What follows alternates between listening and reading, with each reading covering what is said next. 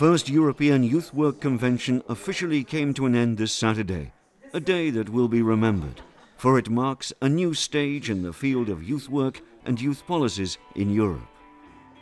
Most significant thing is the fact that these very different people came together at such a conference. It couldn't have happened 10 years ago. People wouldn't have seen its relevance, the purpose of spending the time talking about some of these things.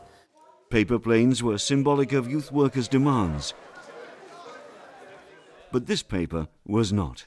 The final declaration of the convention is a call to policymakers at local, national and international level to build up an agenda, an action plan, and the necessary resources for youth workers to perform their activity effectively and in their own way. The content of the declaration is, like youth work itself, very diverse, and that's largely because it comes out of the dilemmas from the 20th century, from our understanding of the histories of youth work.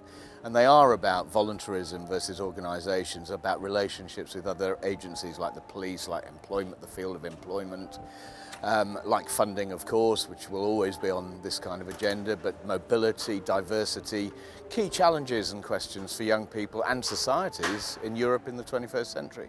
I think that the declaration itself should be used. You can't force people to do that. So it's the responsibility of all of us going away from this to put it under people's noses. Yeah, our colleagues, our friends, our volunteers, youth workers, policymakers, and say, look, this is what we've been talking about this week. These are the kinds of things that we think are really important now. And these are the things we have to take action on now. When we are looking at the declaration, we have now a strong basis, feeded by the youth NGOs, youth workers, youth researchers, and this gives us a mandate to work with. We need to develop support for youth work in such a way as not to see it lose its appeal to the young people, not becoming too instrumentalized by other sectors of the society, retaining the voluntary approach and the non-formal aspects of education. They ask to the politician like us, Minister for Youth, to support the youth worker and the youth who are working with young people and also in the daily work. It is now up to us to turn these recommendations into commitments.